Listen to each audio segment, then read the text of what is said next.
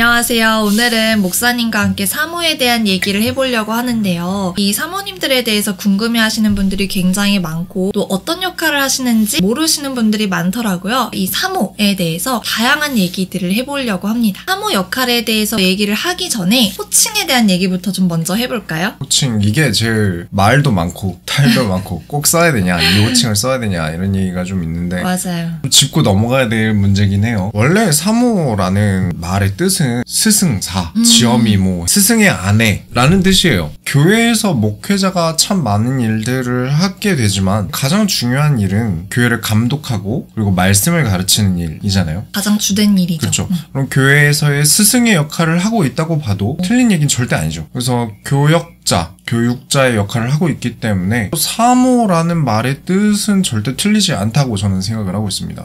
그런데 목사 아내를 사모라고 부르는 것에 대해서 되게 논란이 좀 있는 것 같아요. 반감이 있으신 분들도 있고 어떤 분들은 이 호칭에 부작용이 있기 때문에 없애자라고 얘기를 하시는 분들도 계신 것 같아요. 아마 사모라는 호칭에 대한 반감이 좀 생긴 건 보통 우리가 나보다 윗사람의 아내분을 이제 사모 라고 하잖아요. 어느 정도 좀 통일되게 그렇게 이제 우리가 얘기를 하고 있죠. 근데 이게 좀 웃긴 게 직장 상사의 아내분을 사모님이라고 말하는데 사람들이 그렇게 거리낌이 없어요. 그걸 당연하게 여겨요. 근데 좀 이상하게 왜 목사님, 전도사님의 아내분을 사모님이라고 부르는데 왜 반감이 생길까요? 직장은 돈 때문에 어쩔 수 없이. 아마 이런 이유들은 목회자에 대한 이미지가 나빠진 것도 있지 않는가.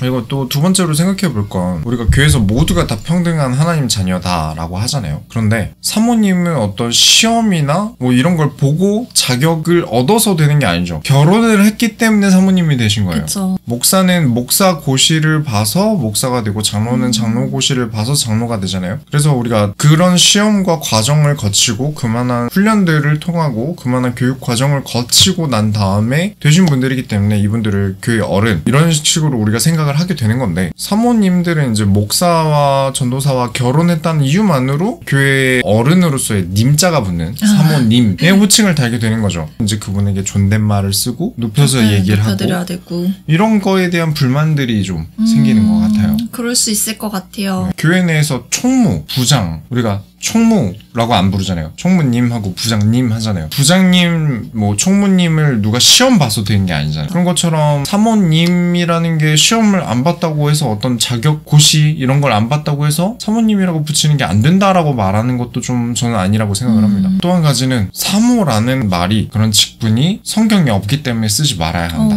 라는 말도 있어요. 맞아요. 근데 이건 아까 말씀드린 거랑 동일해요. 교회 내에서 총무님, 부장님 다 성경에 없잖아요. 그렇죠? 그렇기 때문에 성경에 사모라는 직분이 없다고 해서 이거는 논할 문제가 아니라고 생각을 합니다. 굳이 모든 직분을 성경에 있는 직분을 써야 된다면 우리 지금 선지자라는 직분 안 쓰죠. 신약에 선지자라는 직분이 써 있습니다. 근데 지금 안 쓰고 있죠. 시간이 지나면서 교회에서 어떤 직분을 사용하고 있고 성경에는 없지만 교회에 꼭 필요했기 때문에 추가된 것들도 있고 근데 이걸 만약에 성경에 없다고 해서 빼야 된다면 우리는 굉장히 교회에서 많은 것들을 도려내고 바꿔야 될 거예요. 저는 이런 얘기도 들었어요. 외국에는 사모라는 직분이 없다. 사모라는 호칭 자체가 없으니까 우리나라만 이상하게 그런 말을 쓰지 말고 그냥 이름으로 부르자 이런 얘기도 들었거든요. 외국이라고 치면 권사님, 집사님 다 부르지 말아야죠. 김민철 씨? 김민철? 이렇게 불러야 되나요? 우리나라 정서랑은 다른 얘기죠. 우리가 아무리 외국의 영향을 많이 받지만 우리나라 고유의 정서라는 게 존재하잖아요. 사회가 전체적으로 바뀌어야 그것도 가능한 거지. 교회만 바꿔야 된다도 글쎄요. 그거는 안 맞지 않을까? 학교에서도 우리나라는 선생님이라고 부르는데 외국에서는 선생님한테 그냥 이름을 부르잖아요. 우리나라는 서양과는 네, 우리나라는 동양 문화권인데 이 동양 문화권이 집단주의적인 문화고 서양은 개인주의적 문화잖아요. 집단주의적 문화라는 거는 관계를 굉장히 중요하게 생각해서 그 사람의 고유한 이름으로 부르지 않고 이 사람과 나와의 관계를 나타낼 수 있는 단어로 부르는 거거든요. 이건 사실 문화적인 차이가 굉장히 큰 거죠. 그리고 이렇게 말씀하시는 분들도 계세요. 사모라는 호칭으로 불리다 보니까 좀 교만해지고 그것 때문에 좀 문제를 일으키시기도 한다. 근데 저는 이거는 그 호칭의 문제라기보다는 그 사람의 문제가 좀 더 근본적이지 않을까라고 생각을 하거든요. 사람 바이 사람이죠. 네. 저는 개인적으로 이 사모라는 말을 들을 때 처음에는 솔직히 좀 어색하고 민망한 것도 있었어요. 근데 계속 듣다 보니까 이 호칭이 오히려 나한테 어떤 무게감과 책임감을 주는 그런 단어가 되고, 누군가가 나를 사모라고 부르는 것을 들었을 때 좀 더 내 마음을 다잡게 되고 어떤 긍정적인 부담감? 이런 것들을 가지게 돼서 저는 더 좋더라고요. 어떤 사람들은 뭐 장로님, 권사님 이렇게 불려지는 것 때문에 교만해질 수 있겠지만, 또 반대로 어떤 사람은 더 책임감을 가지고 교회 생활이랑 신앙생활을 더 올바르게 잘 할 수도 있겠죠. 그래서 저는 이거는 호칭이 원인이라기보다는 사람마다 다른 것이 아닐까. 중요한 건 사실 하나님을 내가 얼마나 사랑하느냐, 그리스도를 내가 얼마나 사랑하느냐가 관건인 게, 목사가 된다는 것도 하나님을 사랑하면 그런 생각이 들 거예요. 아, 나 같은 죄인이 뭐라고, 구원해 주신 것도 감사한데 이런 목사라는 직분까지도 나에게 맡기시고 하나님의 말씀을 전하는 사람으로 부르셨을까라는 겸손함? 당연한, 어떻게 보면 사실 그게 맞죠. 당연한 건데 그런 마음이 생겨서 교만해지지 않을 거예요. 어떤 사람은 아이, 이제부터 나는 목사니까 이렇게 어깨 이만큼 올라가가지고 어디 목사님이 말하는데요, 이렇게 되는 분들도 계신 것 같고, 진짜 그리스도인으로서 하나님의 말씀을 가지고 성경 가지고 하나님의 말씀을 양식 삼아 살아가는 사람이라면 그러긴 힘들 거라고 저는 생각해요. 목회를 막 30년 40년 하신 분들 그중엔 진짜 겸손하시고 이룬 것도 진짜 많으신데도 겨우 저 같은 나이 어린 그분들에 비해서 한참 목회 경력도 짧고 나이도 젊은 저에게도 다 목사님 하시면서 그런 분들이 계세요. 맞아요. 진짜 존댓말 계속 저희한테 써주시고 뭐라도 더 챙겨주고 싶어 하시고, 확실히 그런 분들 뵈면 아, 진짜 이분들 목사님들은 정말 하나님을 사랑하고 영혼을 사랑하는구나. 그리고 너무 멋있으세요. 네, 그런 분들은 확실히 멋지세요. 그래서 결국에는 사모 호칭에는 문제가 없다. 그리고 오히려 필요한 호칭이다. 네 번째로, 이 얘기가 제일 좀 마음에 아픈 얘기겠지만, 나는 목사 혹은 전도사랑 결혼했다는 이유로 무거운 짐을 진다는 거예요. 아, 그 호칭 때문에 더 어떤 의무나 무게가 지어진다. 그렇죠. 나는 그냥 남들이 결혼하듯이 결혼했을 뿐인데 근데 내가 결혼한 사람이 목사, 강도사, 전도사일 뿐 거잖아요. 좋아한 사람이 그렇죠. 목사였던 내가 거죠. 사랑을 느끼고 좋아했던 사람이 그냥 그렇게 결혼을 했을 뿐인데 교회 힘든 일에 막 불려가야 돼요. 또 어떤 교회는 사모님은 일하면 안 된다, 사모님 일 그만둬라 라고 이제 하시는 교회들도 있다고 해요. 갑자기 내 인생이 교회에 의해서 막 뒤죽박죽 바뀌기 맞아요. 시작하는 거예요. 내 삶에 너무 많은 제약이 걸리는 거죠. 그리고 힘든 일도 하게 되는데 본인이 자원하지 않는데 끌려가고, 그리고 이거에 대해서 일당이나 월급을 받는 것도 아니고 그냥 헌신이라고 쓰이게 되는 상황이 되는 거죠.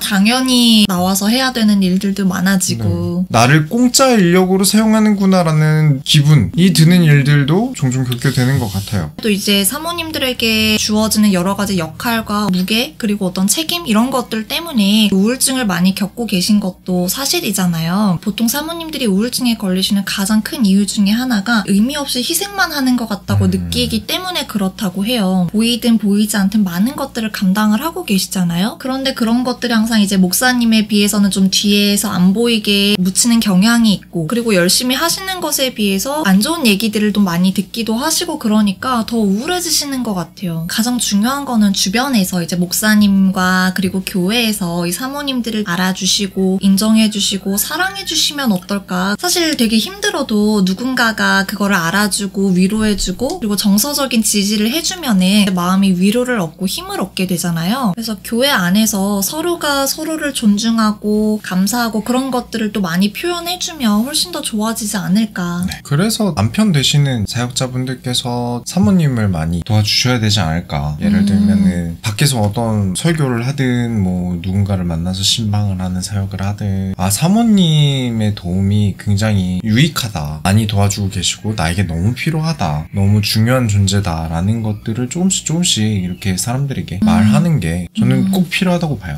성도들도 사모님이 뭐 하는지 모르니까 사모님에 대한 가치 느끼게 하는 것도 필요하고, 그만큼 중요한 존재다라는 것도 인식시키는 것도 필요하고, 또 사모님 개인에게도 내가 하고 있는 이런 일들이 절대 헛되지 않고 사역에 많은 도움이 되고 있다, 그렇게 느끼고 있겠지와 직접 듣는 건 또 다르잖아요. 맞아요. 사람 마음이 달라요. 고마워하고 있겠지랑 고맙다는 말을 듣는 건 다르니까 관심을 가지고 이야기를 꺼내시는 게 필요하지 않을까. 이제 사모님들 본인도 좀 생각을 바꾸시면은 저는 좋다고 생각을 하는 게, 나만 되게 특별하고 치열하게 고생을 하고 있고 희생을 하고 있다고 생각하면 정말 억울하거든요. 경험담이시죠? 레드선. 내가 왜 결혼을 해서 이 고생을 하고 있나 네. 이제 이런 생각이 드실 수도 있고요. 그런데 사실은 이제 남편 목사님도 이 길을 정말 내가 가고 싶어서 가는 경우는 그렇게 많지는 않을 거거든요. 목사님들도 정말 하나님께서 나를 부르셨기 때문에 거기에 순종을 하고 사명을 위해서 가는 것이지 막 이 목회길이 진짜 막 꽃길 같고 룰루랄라 막 너무 즐겁고 이래서 하시는 거는 솔직히 아닐 거 아니에요. 다 이렇게 끌려가신 거고 진짜로 그래요. 도망가고 싶고 안 하고 싶은 생각들이 가득했던 때가 다 있으세요. 하지만 이렇게 하나님께서 근본적으로 끌고 가신 거니까요. 그래서 나만 그런 것이 아니다. 남편도 그런 것이다라는 생각을 가지고 부부가 서로 격려하고 네. 있고 서로 힘을 주면서 같이 가면은 좋지 않을까 그렇게 그렇죠. 생각합니다. 사실 그래요. 이 사모님들이 어떻게 보면 희생을 하고 있는 것 같지만 정말 이게 희생이 아니라 너무나도 중요한 하나님의 일을 내가 하고 있다는 가치감을 가지면은 좀 덜 외롭고 덜 힘드실 것 같아요. 의미 부여를 계속 하시는 게 필요한 것 같아요. 그래서 이 사모님들의 어떤 역할에 대해서는 뒤에서 계속 이어서 얘기를 해볼게요. 오늘 말씀드리고 있는 건 정답이 아니에요. 성경 내에서 콕 집어서 진리다 말할 수 있는 게 아닌 것들이기 때문에 우린 계속해서 수정해 나가고 개선해 나가고 보완해 나가고 시대가 또 바뀌고 그 시대에 또 맞춰서 또 바꾸고 이래야 되는 거기 때문에 절대 이건 어떤 정답이라고 말씀드리는 게 아니라 우리가 생각하고 있는 의견과 나름의 신학적인 고찰에 의해서 말씀을 드리고 있는 겁니다. 그러면은 다음 내용은 2부에서 이어서 궁금하신 분들은 구독 눌러주시고 알람 해주시면 바로 또 2부 올라오는 대로 보실 수 있습니다. 꼭 구독해 주시면 감사하겠습니다.